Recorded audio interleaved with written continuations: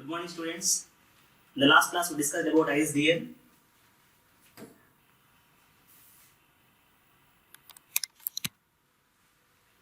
ISDN stands for Integrated Services Digital Network.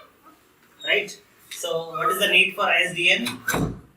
So, we seen some motivation regarding what is need for ISDN. One is comes under social needs, economical needs, and the last one is because of technological developments. So this is the motivation for designing this ISDN. This ISDN is a well-planned network which is used to implement or provide multiple services. If you take a telephone network, only voice can be transmitted in the olden days. So later, with the help of advancement technologies, that is after introducing PCM into telephone networks, we are transmitting both voice and data. Along with voice and data, there are some more services are there, such as fax, internet, passive mails. So for all these services, we are having different providers. So if you use different providers, what's the drawback? For all the providers have to pay the rental cost, installation cost, and so on. So because of these development technologies, it is possible to provide all the services with the help of one network, that is called your ISDN. Providing multiple services or single network is called as ISDN. Okay, and also we seen some example where the performance of ISDN is better than performance of segregated model. With the help of birth to death process, BD process, we have seen. So to measure the performance of these two networks, we have taken one parameter called as T. T is called as mean waiting time. Mean waiting time. Okay, so initially to provide multiple services, they have used this model, segregated model. What is the meaning of segregated model? Here we have an ISDN exchange, and here we have one user network interface, and here we are going to provide multiple services by utilizing different network providers. Again, I connected them to an ISDN exchange followed by some user network interface. So this is the model of ISDN in the olden days. This model is called as segregated model. So to provide one service, we use one network.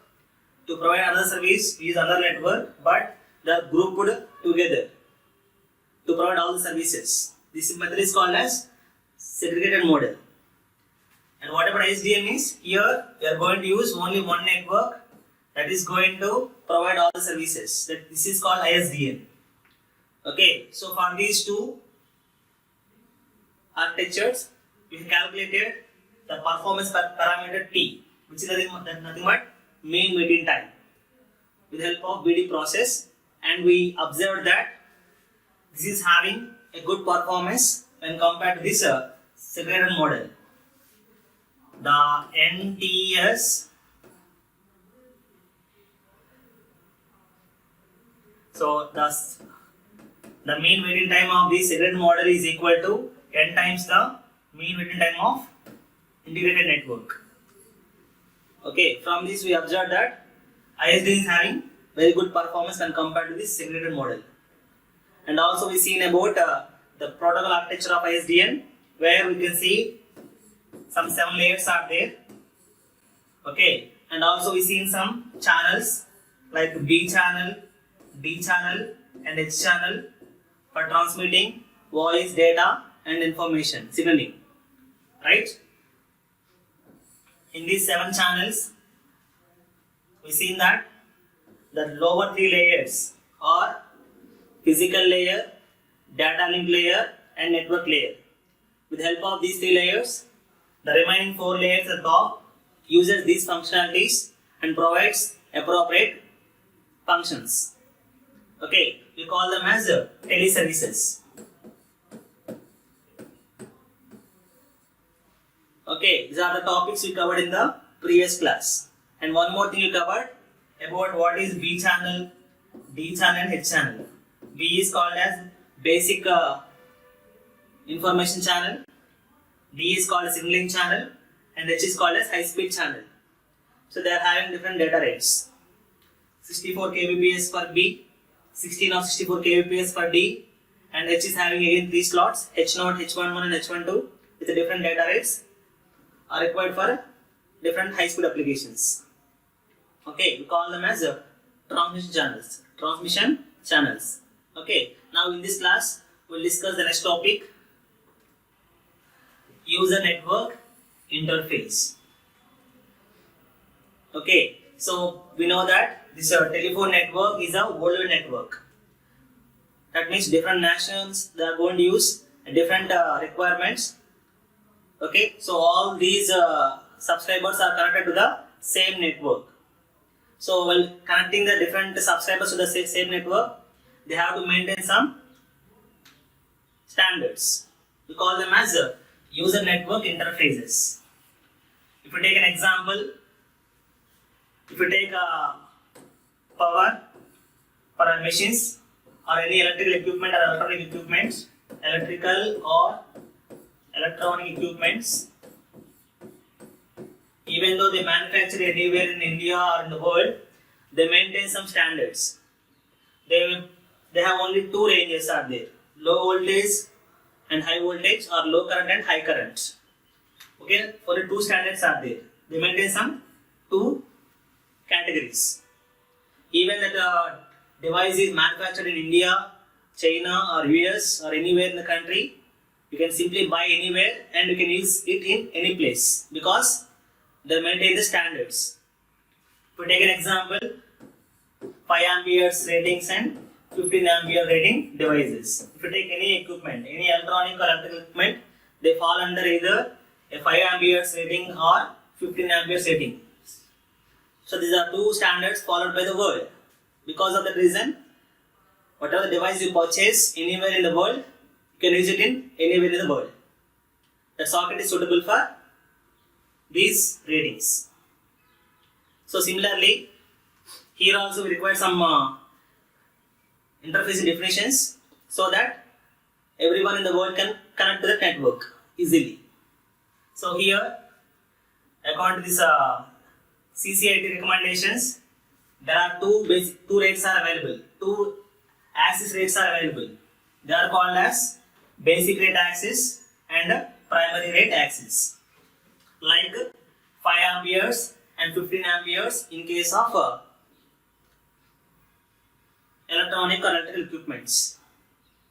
Okay, so generally we use this basic rate for low bitrate applications and this primary rate for high bitrate applications or services. Okay, so here how to choose these rates? What is the value of this basic rate and what is the value of this primary rate? So two things are finalized, that is they have to use either a primary basic rate or primary rate. So how to choose the primary rate, access rate and the primary basic rate, access rate? Okay, if you consider the entire telephone network, they are using 2 wire loops initially, 2 wire loops through which we can able to transmit 64 kbps digital signals. Because we are doing this after introducing PCM into the digital telephone communications. Okay, these 2 wire loops, okay, can able to handle 64 kbps signals. Therefore, our existing telephone wires have to transmit, should handle those rates. Okay, generally with the help of this 64, already seen, the 64 kbps is nothing but your B channel. B channel support a data rate of 64 kbps. So with the 64 kbps, is it possible to provide data, voice and any other services or not?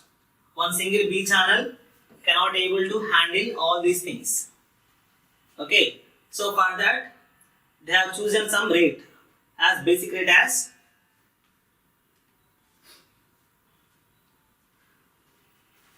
2B plus D.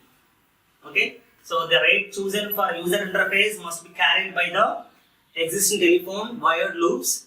Taking these factors into considerations, the basic rate axis is defined as 2B plus D. Okay, so 1D means what? B means 64 kbps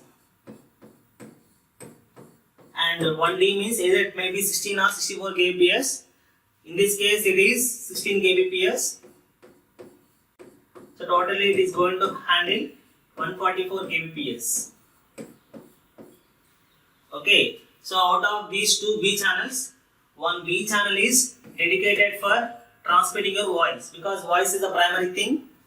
Okay, remaining services are alternate. They may provide or may not provide, but voice is the primary objective of our telecommunication networks. Therefore, here the dedicating one B channel for voice and one B channel for providing the necessary services. And you can say that D channel is for signaling. We know that D channel is also called as a common channel signaling.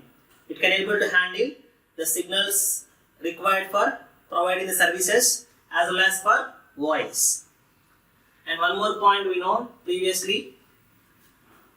So because of advanced PCM, you can call them as ADPCM technique, you can able to provide a good quality voice with the 32 kbps itself.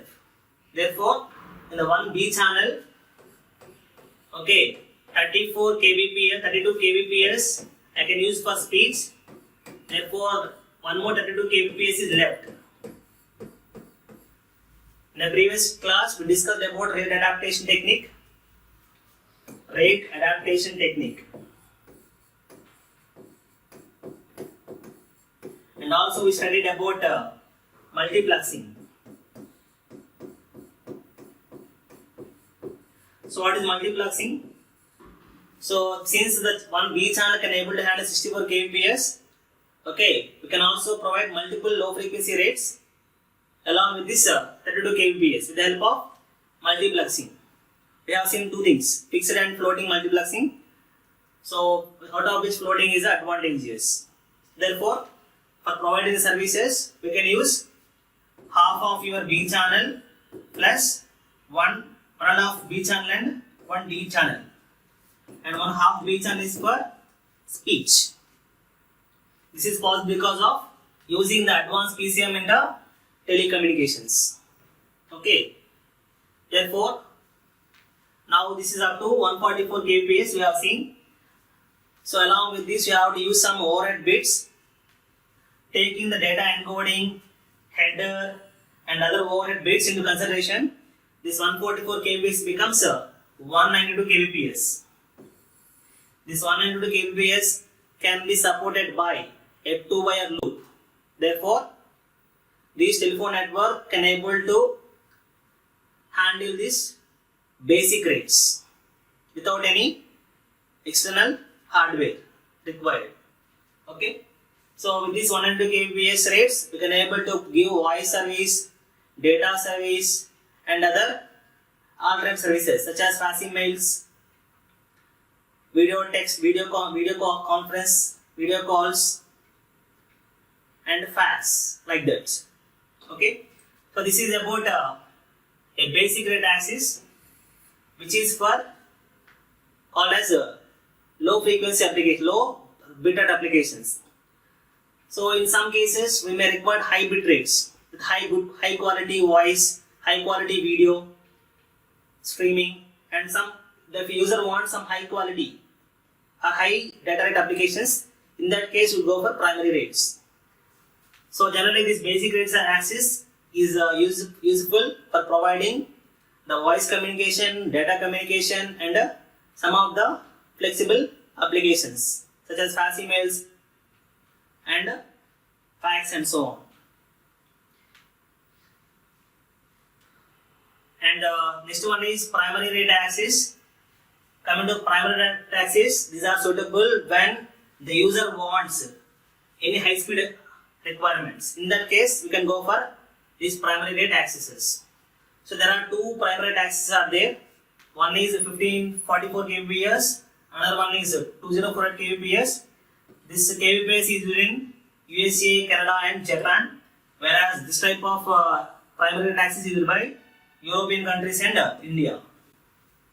Okay, so this 1544 kbps, this 1544 kbps corresponds to the T1 transmission system standards of AT&T Laboratories.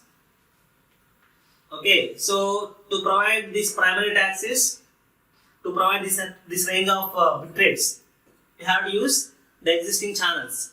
What are the channels we have? We have B channel, D channel and H channel.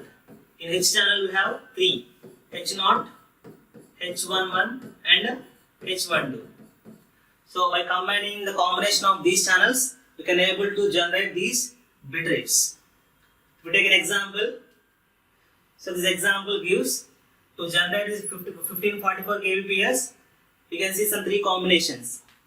We can use 23 B channels and 1 D channel. We can use 3 H0 channels and 1 D channel. We can also use H11 channel to provide these basic rates, to provide these bit rates. So in these cases, 1 D channel means 64 kbps.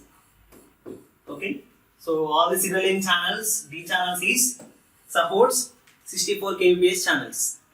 Similarly, for 2048 kbps, we can use different combinations. A 30 B channels plus 1 D channel, or 5 H0 channels and 1 D channel, or H12 plus D channel.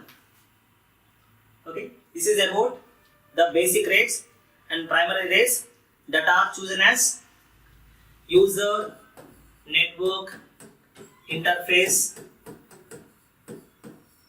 so that all the subscribers anywhere in the world can easily get connected to the network with the help of these basic rates and primary rates for getting different services along with voice and data. And the next one is functional grouping and reference points. In the previous class we seen that there are some 7 layers are there in ISDN. Okay, so to provide the teleservices with the help of the 1, 2, 3 layers, with the help of these 1, 2, 3 layers, okay, they are going to provide the teleservices by the remaining 4 to 7 layers. That means these 4 to 7 layers utilizes the functionalities of 1, 2, 3 layers to provide a teleservices. Okay, for example, if there are no regressions are there on utilizing these layers of ISDN, then what happens? Then we have some gained service providers are there. They can able to monopolize this entire telecommunication network because they can access all the layers of the ISDN. They can provide any service to the subscribers, customers. So to avoid this monopolism in the telecommunications, okay, they have come up with some solution called as creating some functional grouping and reference points, so that we can able to restrict these providers to utilize the remaining functions. That means with the help of these reference points, we can able to provide only certain number of functions only, not all the functions. So it basically limits the functions or services provided by the network providers, so that we can able to give opportunity for the small entrepreneurs to be in the market. Okay, so functions of ISDN are built using 1, 2, 3 layers of ISDN protocol architecture. And one more thing is, different nations have different regulatory requirements that limits the functionalities that can be offered to the customers by the network provider. 2. Regulate dominant carriers to monopolizing the field and provide business opportunities for the small entrepreneurs. This is the main objective. The main objective of using this reference point is to restrict the dominant carriers to monopolize these telecommunication networks and also to give an opportunity for the small entrepreneurs to be in the market, to encourage them. So with the help of these reference points, you can restrict the carriers to provide limited functions or limited services only. So taking these factors into considerations, this ISDN network interfaces have functionally grouped and the associated access points are different functions levels. We call them as reference points. Okay. So according to the CCIT regulations, they have given 4 official reference points. Okay, there are 4 CCIT official reference points. Call them as R, S, T and U reference points.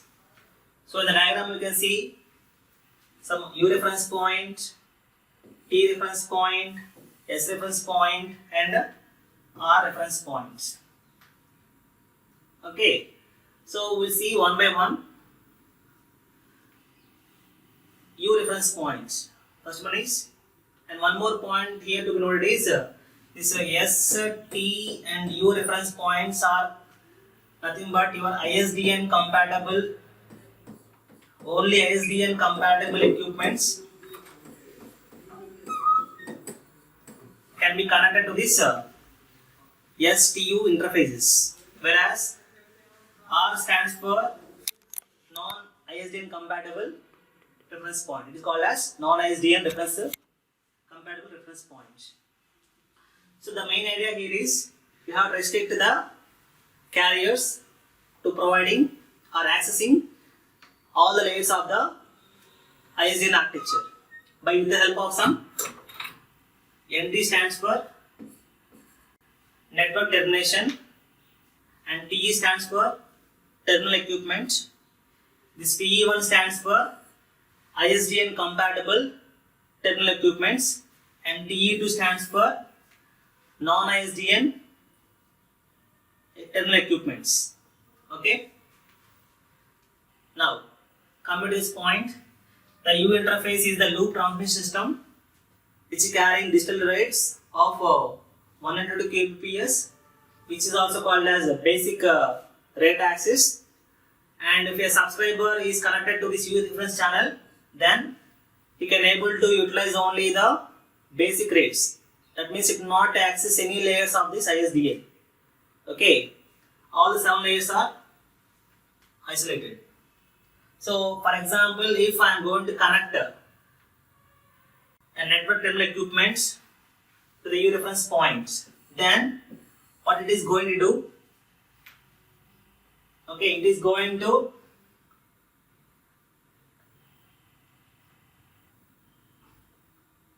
so if you see here, you see from this side, this is able to access all the layers of ISDN.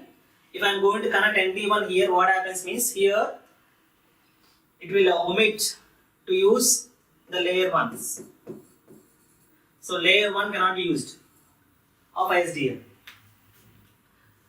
So now this terminal equipment 2 T can able to access the layers from 2 to 7. Okay.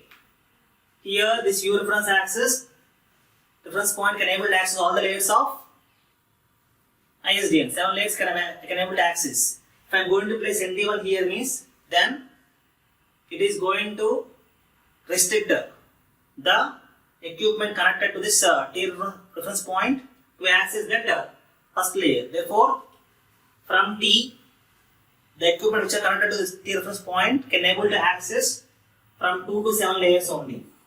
2 to 7 layers only. Now if we take the S reference point, now the S reference point is connected after NT2. So this entity is going to restrict the terminal equipment not to utilize 2 to 3 layers, including the first layer. That means 1, 2, 3 layers are not utilized by the terminal equipment that are connected to this S reference point. Therefore, only from 4 to 7 you can able to access. That means you cannot use you can restrict the lower 3 layers. Okay, and it is going to access only the functionalities provided with the help of the 4 to 7 layers. Now you can see this one. Now the terminal equipment connected to the S reference point can able to access only the functionalities of 4 to 7 layers only. It restricts us to use the remaining 3 layers. In this way, that means now what is this? This is nothing but your one provider.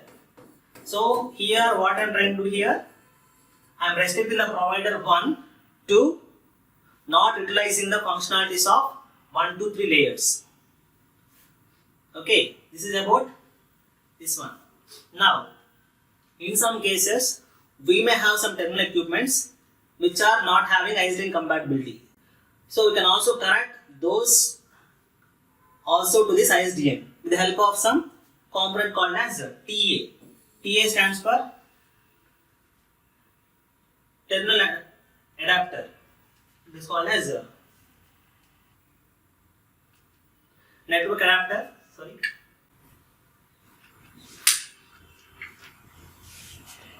It is called as a TA, terminal adapter. With the help of TA, we are going to connect an non-ISDN terminal to an ISDN network. This is the main advantage of using TA, so that we can able to connect. And there's one more reference point is called R. R is called as non-ISDN reference point standard. Okay, so here we see the diagram. So I can able to connect this non-ISDN compatible equipment to this ISDN compatible with the help of only this R reference point and TA, terminal adapter. Okay, so far what we have seen how to restrict the service providers to utilize the layers of this ISDN.